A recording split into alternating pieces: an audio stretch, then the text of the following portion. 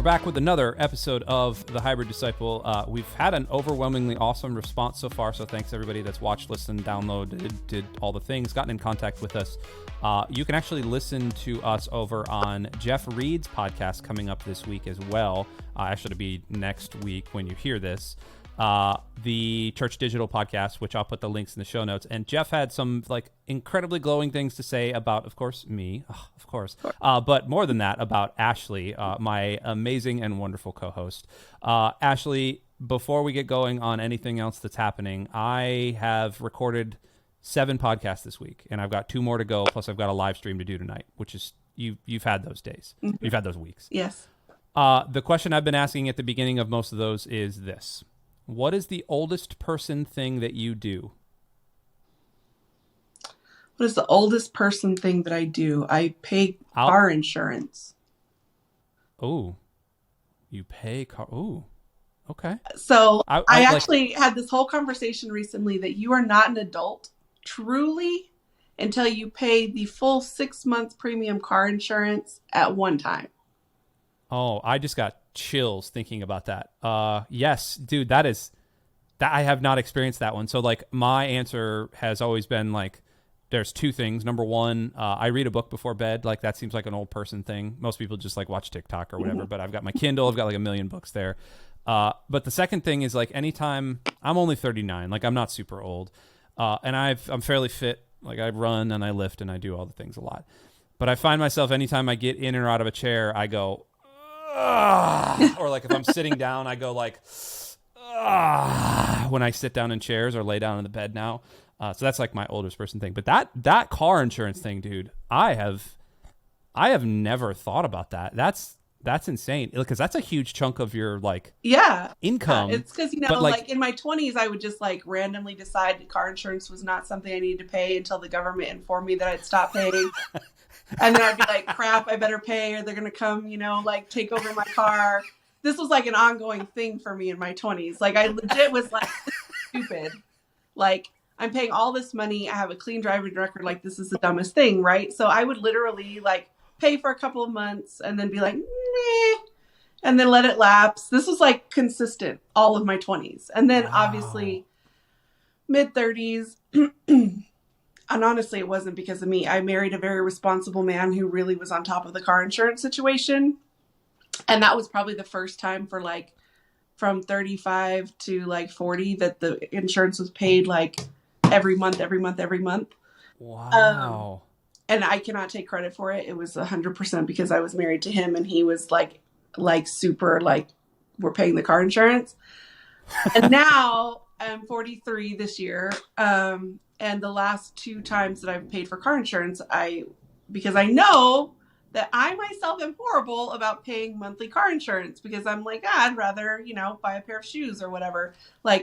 They just released new Jordans. So I think I'm going to buy that, yeah, they did. They're priorities, right?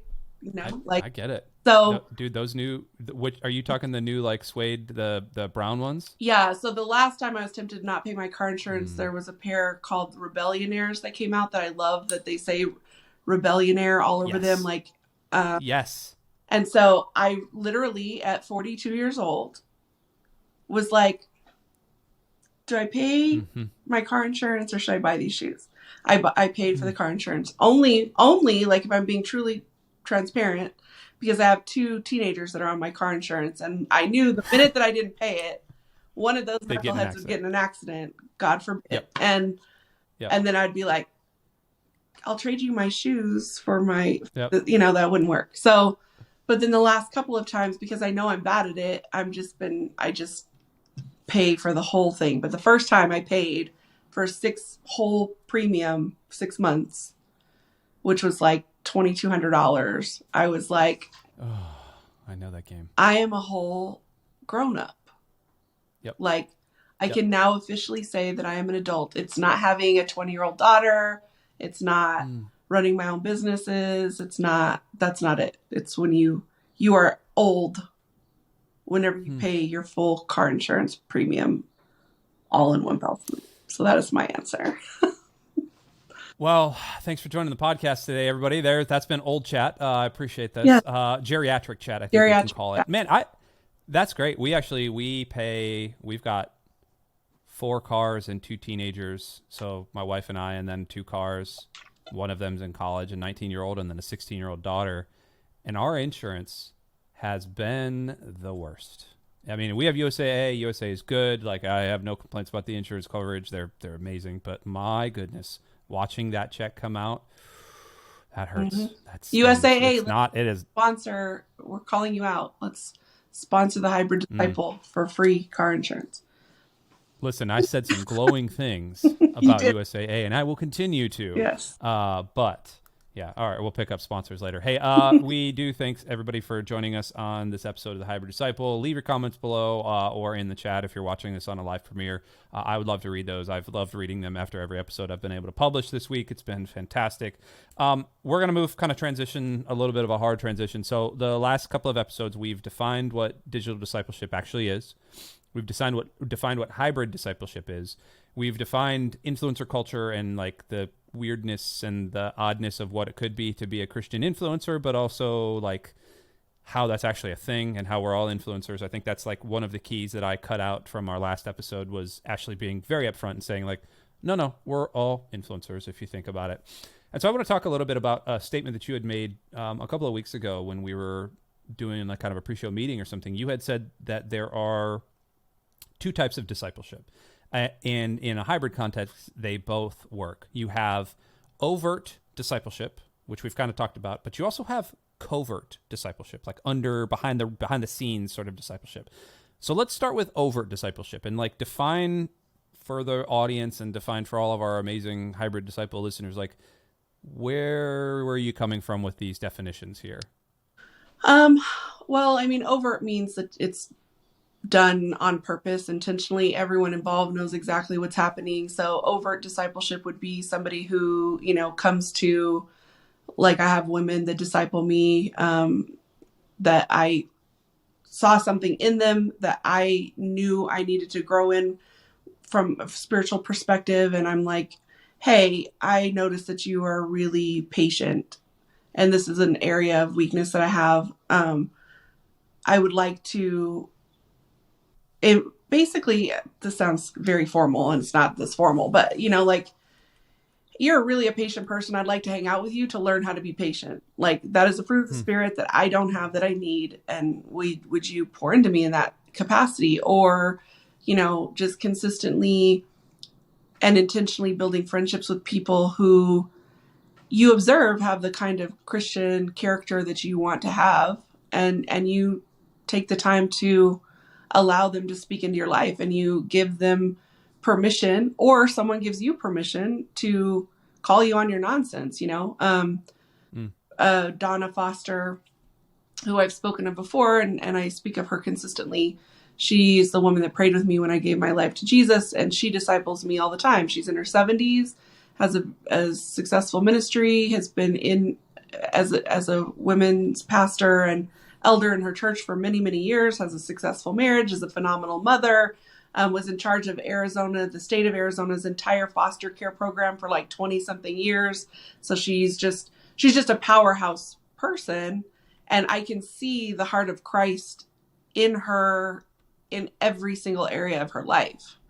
And so she disciples me all the time, meaning that I have given her permission to speak directly into my life. If she sees something that's going on that she's like, I don't think so, like, you need to pump your brakes here, or encourages me in a way that other people can't because I've allowed her to know me so well. Like, that is overt discipleship. Like, she is overtly walking alongside me. I'm walking alongside her, and she's pouring into me.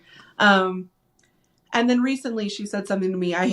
She was having a hard time, and I called her and I was like, can I pray for you? And I encouraged her with some scriptures based on what it was that she was going with. And she was like, she basically was like, Mr.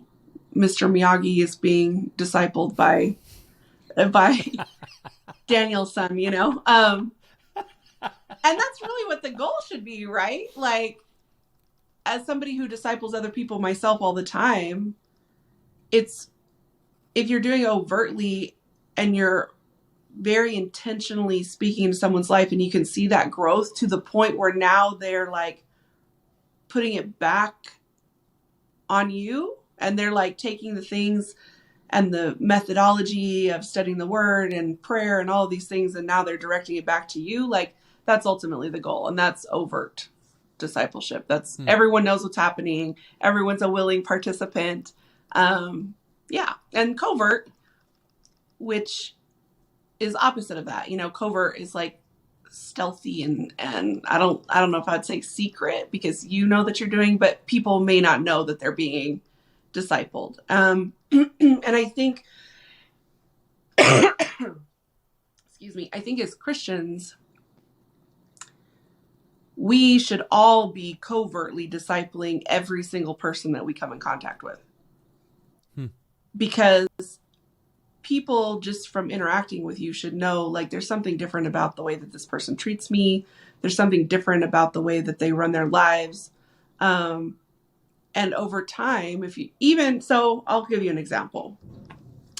I used to live in Detroit, Michigan, and I lived in the hood in Detroit, Michigan. Okay. Like, I mean, gunshots and burnout buildings and whatever you're imagining, that is where I lived. And we had purchased a 100-year-old house there, beautiful, like old Tudor home, but it needed some work. I bought it for $20,000. Crazy, amazing house. But basically I was a permanent resident at the Home Depot. Okay. Like, I was in the Home Depot every day because we were completely changing this house. And there's this one teller girl there, the checkout girl, and I would see her all the time, and I was always like, hey, how's it going? And I mean, I was literally in Home Depot at least once a day for a year. And over time, like, initially she was real standoffish, and she was just very, she'd answer my questions, but she was just very like, eh. But then over time she started warming up to me. And probably about 7 months into this renovation, I walked up to her and I could just see that something was like up with her. And, I was like, are you okay?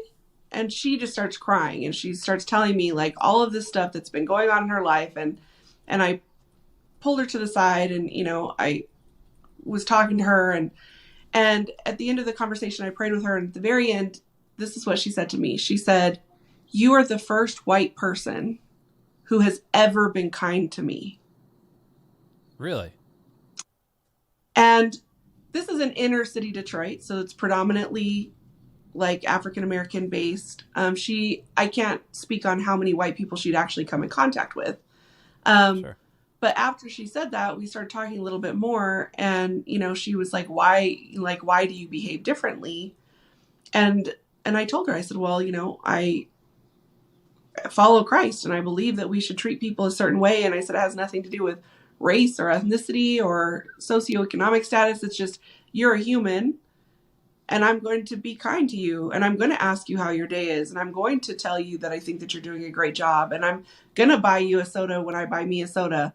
And that was covert discipleship, because I think we have this thought that discipleship has to be one Christian to another, and we I think sometimes want to say that what I was doing to her was being a witness. And yeah, maybe. But discipleship is really about taking the tenets of Christ, right? And taking the way that he lived his life and walking it out so that somebody else can experience it to the point where they want to emulate it. And maybe the first step in that emulation process is actually allowing Christ to become the Lord of their life. But discipleship to me is not just done between Christians. I think discipleship is saying, this is who Christ is. This is who Christ is in me. And I'm going to share the tenets of Christ with you intentionally. Because, the word says that go into every nation and make disciples. To make something requires intentionality. Yeah. And I think that sometimes whenever it comes to covert discipleship, we miss that piece. Like, we think we're just living our life. But when I started recognizing that I was seeing that girl over and over and over, specifically speaking to her was done intentionally. Specifically buying her soda was done intentionally. Asking her hey, last time you told me your kid had a program at school, how did that go? Like, that requires a lot of intentionality, but they don't necessarily know that you're doing it. And that's where overt or covert discipleship comes in, I think.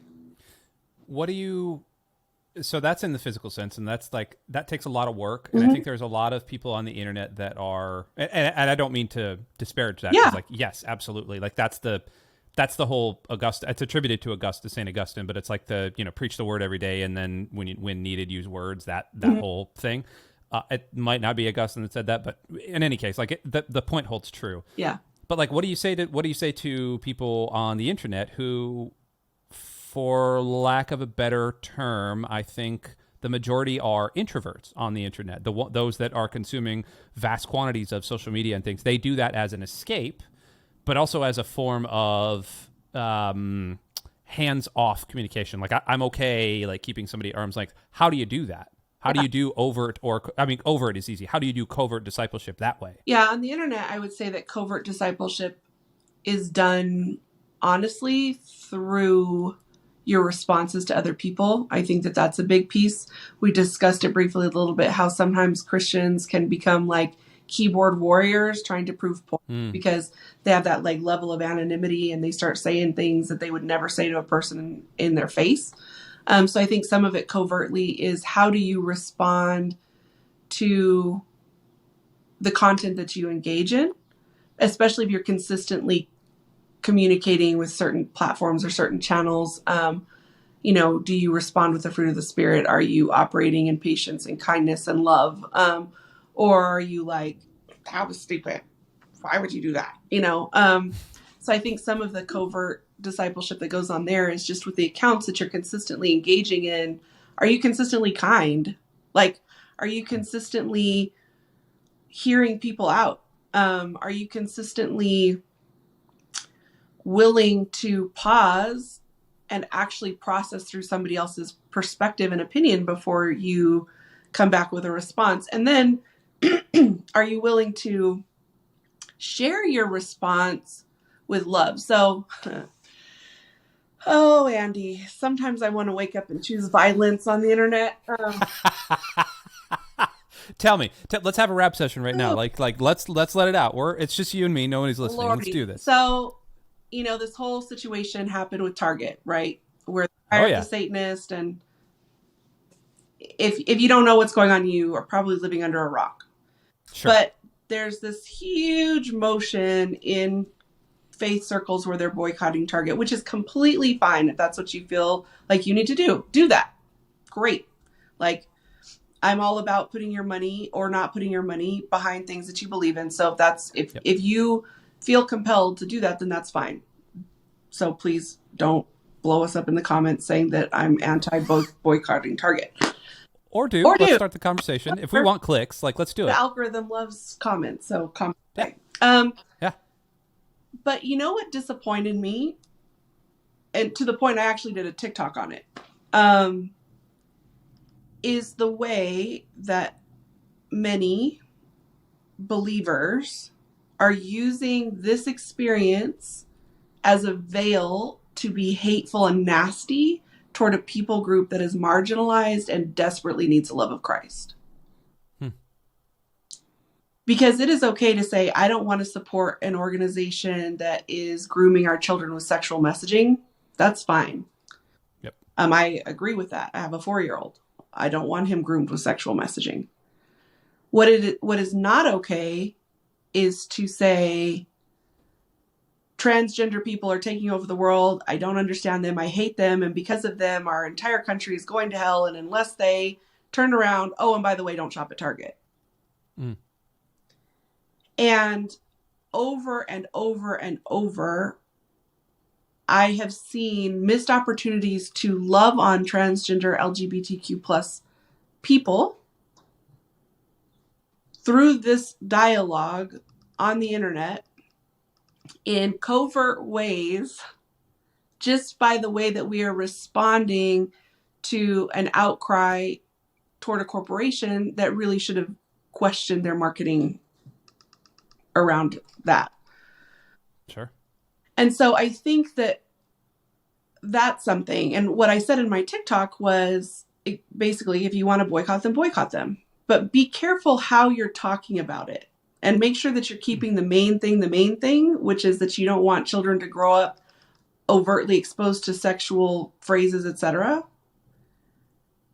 And make sure that you are not coming across as like a hateful, nasty person in the name of Jesus, because you want to use this one thing as a platform to basically undo the work of so many believers in the LGBTQ plus community over something that you probably don't even fully understand.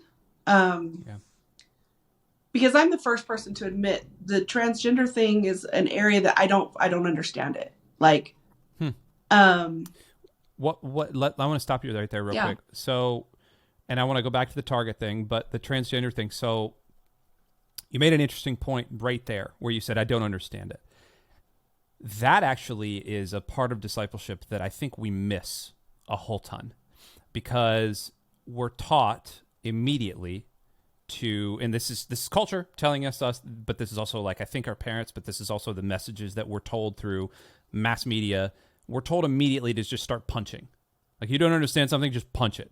Because like there's that animalistic nature inside all of us, and it could be a caveman lizard brain thing. But like, I know for me, if I don't understand something and I think it's going to affect one of my kids, I'm going to punch it. Like, that's just my immediate, and you're the same way. Like, Mama Bear going to come out and Daddy Bear is going to come out, and we're just going to rock something. And we're not taught to ask questions. And one of the things in Eastern philosophy, which is, and Near Eastern and Middle Eastern philosophy, which is where Jesus would have come from, by the way, and teaching circles, is that they ask more questions than they make in terms of statements. So they teach their points in terms of, and Jesus does this all the time. Even in our English translations, you get Jesus asking, like, should a man give his child a rock instead of a piece of bread? Should he give him a snake instead of a fish? Like, he's asking the question as if it's like, hey, you might not understand this, but ask yourself, would you give your child a rock? Or would you give them a thing? And like, it's this weird roundabout thing. Not a right or wrong answer, or not a right or wrong thing, but we have failed to ask questions. Sorry, there's a mad lightning storm going on outside, so if you hear thunder, like, I apologize. If you stop and actually think about what making a disciple is, yes, it's imputing love, and it's in, figuring out how to teach about who Jesus is, and, do all the things, but it's also to teach somebody how to be more flexible and to ask questions rather than be a brick wall and just reflect things they don't understand. Go ahead and continue. I'm sorry I cut you off there. And I think that that's one of the things that whenever it comes to covertly discipling someone, specifically on the internet, is if you get on a Facebook feed and somebody is just going ham about some political thing or this. What? On Facebook? No, Get out. I know, crazy. It's crazy that maybe it's just my face. Oh, no. It is just yours. I've never seen that. Mine is just puppies and rainbows. Yeah, Lord. Mine is now, because I go on mute. Hide. Yep. But is pausing to just genuinely reflect on what they're saying and maybe step back and say, well, what has gone on in their life that is causing them to have this vantage point, right? And that applies to so many topics whenever it comes to discipleship, like whether it's racial or religious or political or sexual orientation. Like, in fact, I'm teaching a course to a bunch of kids in Atlanta on social media marketing and content creation. And the very first lesson is know your why. Like, why are you creating content? Why? What is your why? So like, my why for everything that I do genuinely is I want to show women who have come from really, really difficult situations, some of which that society would deem as like unforgivable, and demonstrate to them that not only are they capable of being forgiven, that they should forgive themselves, that shame doesn't need to be a part of the equation anymore, and that they are capable and God wants for them to step into a fullness of power and know that one season of their life does not define them. That is my why. So anytime I'm determining what am I going to do, or what am I going to post, or what am I going to be involved in, is it going to further that message? Am I going to be able to utilize whatever it is I'm doing right now to empower women and hold space for them in that way? That's my why. Now, if you understand my history, then my why makes a lot of sense. But if you never talk to me, you're just like, why is this girl talking about this all the time? Why is she talking about that all the time? Why is she so passionate about anti-trafficking? Why is she so passionate about educating young women on self-esteem and knowing who they are in Christ? Well, if you ask me and you get to know me, then you're going to be far less judgmental of like, well, she talks about being a hooker all the time. Well, there's a reason I talk about that all the time, because it's directed toward people who need to get out of that, right? Like, and it's the same with, I think, to your point, like with the transgender thing, I don't understand it. Like, I am a woman. I am 100% comfortable with being a woman. I have never, ever thought about not being a woman. And so it's very foreign to me. But that doesn't mean that their perspective, their experience, and whatever it is that they're feeling isn't valid. Because it is valid. And if I don't take the time to ask questions and to get to know them and to really try to step outside of my own like understanding and ideology around that particular issue, I'm always going to come across as judgmental and harsh and unkind, because I am only willing to discuss it from the vantage point in which I'm familiar. And you cannot disciple anyone well if you are only going to do it from a vantage point that you already understand. Because Pastor Donna, my mentor, has never been a prostitute. Like, in fact, that's comical to me. Like, I cannot even comprehend that. I mean, she's been married to her husband for like 50 years or something, you know? But you know what she's great at is whenever, I think I said in the first episode, like, I was addicted to having dangerous sex with men I didn't know. Yep. In order for her to disciple me through that, she had to ask some really hard questions. Like, what about that draws you? Like, what in you is like feeding the need for that? And she probably didn't feel comfortable asking you those questions either. Not. Yeah. Because first off, if you're going to disciple someone, whether it's covertly or overtly, you can't do it well if you don't know how to pray for them. And in order to know how to pray for someone well, you got to ask questions. Like, you know, I think that the pushback that I'll get as well, like, the Holy Spirit can lead you. Yes, he can. And I mean, there are times, definitely me personally, where I just pray in the Spirit about something. Just, God, you know what's going on. I don't know all the details. But if you're discipling someone and you are trying to be intentional in that, like, knowing that I was really struggling with not just going and having random sex with random men was something that she needed to know, because she could pray against that specific thing. Yep. But back to being on the internet, like, and covertly discipling people, I think it comes down to pausing. And so this is something that I do with my 4-year-old. Okay. Whenever he's acting a fool, I'm like, Justice, we need to count to 3. And each number has a thing. Does this please God? Like, is your response to this situation pleasing God? Is it pleasing your parents? And would it make you proud of yourself? So I'll say 1, and does this please God? 2, is this making your parents happy? 3, like, and I think the same concept goes whenever it comes to covert discipleship on the internet. Like, before you go into like mad finger mode and you're just like, I'm going to be right, and the Bible says this, and like, pause and say, like, is this response going to be pleasing to God? Like, for real? Like, am I operating, like, would I text this to Jesus? You know, like, would I? Because I don't think very many of us ask that. We just go on a tirade. And we forget sometimes that the person sitting on the other end of the phone or the other end of the computer keyboard, they're made in the image of God. Just because you can't see them doesn't make them any less the image bearers of God.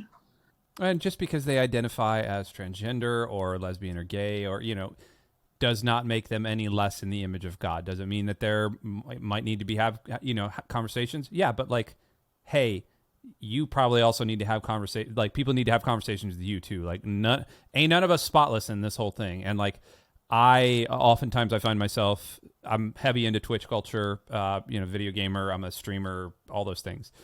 And one of the things that always pops up is people get real chippy in a Twitch chat, like real quick. And I am kind of a sarcastic individual. Actually, I'm very sarcastic. And so I'm real good at just coming up with something real snippy and firing it off. And I've been able to temper that, especially when I'm on camera and somebody says something. Like, I've been able to temper that. And one of the things that has been actively helping me temper that is like, hey, what if that person was on camera and I was firing something at them? Like, would I want them to call me out like that? No, probably not. And I'm playing turnabout. It's the same thing. Yeah. So, I think that we have to stop and ask ourselves that, like, would this make God happy? Like, would it make the people who have mentored me and poured into me, how would they feel about it if they came back and read this, knowing all of the stuff that they've discipled me through? How would they feel if they read this comment that I'm about to write? And then fourth, does it really align with who I am or who I'm attempting to be? And I think that if you do that, like 1, 2, 3 check before you start communicating, you are going to be much better at covertly discipling people, because people will consistently notice once, especially if you're engaging with the same accounts over and over and over, they're going to consistently notice, does she diffuse the situation? Does she bring peace into a chat, or does she bring chaos and like crazy? And I think that that's a covert way. Another covert way is with intentional comments, just even if it's not a back and forth like discourse, if it's just an intentional comment, like, you're watching somebody's content that you may not even follow consistently, and they're really struggling with something. Like, can you say something to them that is essentially like uplifting and motivating, and it doesn't even necessarily, I think sometimes we think the discipleship has to be like in your face, Bible. It doesn't. It's just reflecting the character of Christ. And that's a key thing there. Like, how can I watch this TikTok, this girl's really struggling with something. How can I reflect the character of Christ? Like, even if it's just an encouraging word or, and I think that that's really a powerful way to be a covert disciple. I think it's just, covert discipleship is actually really simple. It's just walking out what you say you believe. Yeah, that's so tough though, honestly. Like, so I preached at the church I work for. I preached last Sunday, and for whatever reason, I'm proud of it. I'm always proud of the messages I do, which I know pride's a sin and all that, but like, I put a lot of time and effort in all this. And actually I had pulled something I had preached at Lux from like 3 or 4 months ago, and I just kind of adapted it because God was saying like, hey, you need to teach on sin. And I was like, oh, I don't want to get up in front of a couple thousand people and teach on sin. Like, that's like a fundamentalist sort of like thing. Like, people are going to see me as like the weird dude up there banging a Bible, telling them they're going to hell. And God kind of helped me craft it. Like, no, you're not. It's not about them being evil. This is about love, and like, let's show love through it. And so it was great, and then we did the whole thing.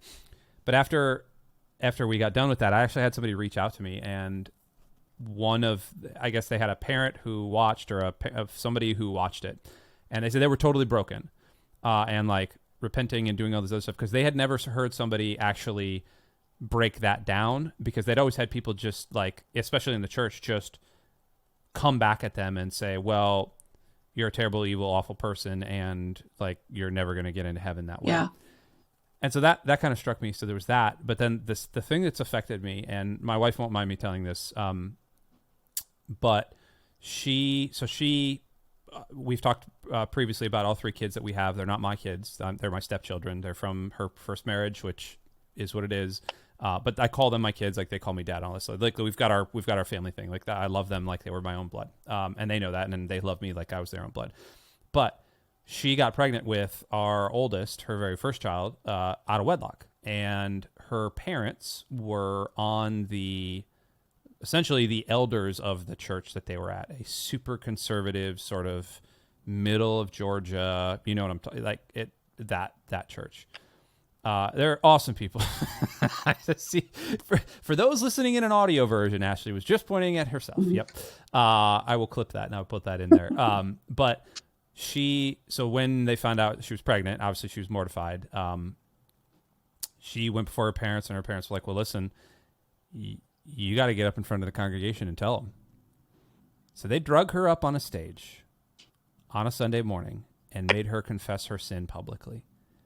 You want to talk about scarring somebody. Now, that church has changed. Her parents have changed completely. Like, I was a worship pastor at that church for like 7 years. Like, that church is nothing like it was back then. But the whole point of that is, can you imagine somebody dragging you out? Like, you're trying to be discipled, and somebody's dragging your sins out in front of you, saying like, yo, we're trying to change you for good. And meanwhile, like, we're just laying out this laundry list of crap that you've done. Like, no, dude, that's covertly and overtly. That's awful. That is the worst way of doing things. In fact, your wife and I probably be very good friends because when I got pregnant with my daughter, I was not married, and I think I may have even said this in the first episode, the pastor of the church that I grew up in literally called me a harlot from the pulpit. Yep. Like from the pulpit. Yep. And that was what literally, I mean, I was already moving away from God because of interactions. I was mistaking Christ for quote unquote Christ followers. And I was already moving away from God, but that was like the nail in the coffin. You know, that was it. I was done from that point. And that's exactly right. I think that we, on XII Church, there's a sermon that I did about this, talking about how kind of back to asking questions and understanding why. Like in that moment, nobody asked me, what's going on with you that made you want to engage sexually with this person in the first place? Like nobody was asking about, you know, the sexual assault I experienced when I was 15. Nobody was asking about the fact that I'd been molested when I was little. Nobody was discussing with me from a discipleship perspective that, hey, you know, she may have some hangups with sex, not because she's like innately just a hoe, but because she has like, you know, like wounds that can only be like dealt with in her mind through sex, right? Like nobody, and I think that whenever it comes to discipleship really has to be a fundamental piece, is like understanding what is compelling a person to do whatever it is that they're doing, really compelling them. Because if you don't know what it is, then it's very difficult to disciple somebody in any capacity because you're operating from one vantage point and you're not getting the full spectrum of everything that else is going on. But to your point with your wife, like that can just cause serious trauma because the Bible says that the church is supposed to be a hospital for sick people. Yep. Well, if a sick person comes in and then they're just berated for being sick, they're never going to go back. You know, that's surefire way to turn them into homeopathic people real quick from a spiritual perspective. And the homeopathy that they're going to get from the world does not look anything like the medicine that they're going to get in the church. Yep. And that differentiation is like really, really important. So, yeah. I love this. I love this conversation. We could go for hours. We're going to wrap up here. I want just out of the lightning round real quick, like give me one or two quick tips for anybody listening that if they are interested in engaging in covert discipleship, not overt, but covert discipleship, especially on social media or whatever, like how can they get started? What are some things, some red flags they can look out for? Like, let's put it on the table. Practical things to do is that counting method. You know, if you see something and you want to comment on it and you're like compelled to do it emotionally, even if you're pretty sure that you're right scripturally or whatever, like just take a beat and ask yourself, like, is the response that I'm crafting in my mind right now going to please God? Is it going to please the people who have poured into me and helped me grow through things? And does it actually align with the person I'm trying to be and who I'm trying to represent? I think that's first. I think if more people did that, we would have a whole lot less crazy in comment sections on the internet. Another thing is like knowing who the people that you engage with are consistently, and being intentional about what you say to them.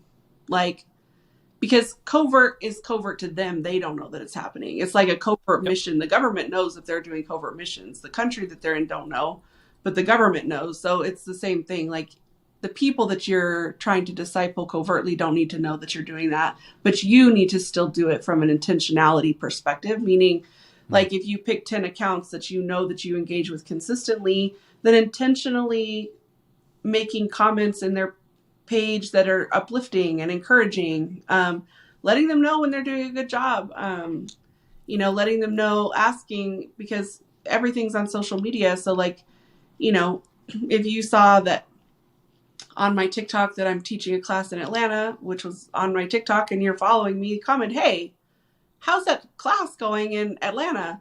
Like letting people know that you're paying attention to their life because you genuinely care about them. Without it being some sort of big preachy thing, I would say. Yep. Cool. Awesome. I have nothing to add to that because I am simply a student. I am terrible at all of that. I have, again, confessed I really get super angry and sarcastic, and I have to I don't use a counting method. I use it's a stupid breathing thing that my counselor taught me. It's called a 4-7-8 breathe. Anyway, if you want to know either that or box breathing, I don't know if you guys ever know box breathing. Box breathing is one of my favorites, actually, when you're on a live stream. This is for all the potential streamers out there.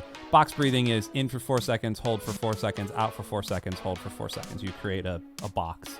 And what it does is it actually down regulates all of the dopamine receptors and the dopamine transmitters. Like everything down regulates just a little bit when you start that breathing. The 4-7-8 is something I try to do when I'm like just relaxing and doing all that. But the box breathing, if you ever get into a situation, in for 4, hold for 4, out for 4, hold for 4, it will change the way you interact with people. Ashley, I am your number one fan. Thanks so much for joining us here on this episode. And everyone else, join us. You can actually, we have an Instagram handle, channel, that we would love for you to visit as well.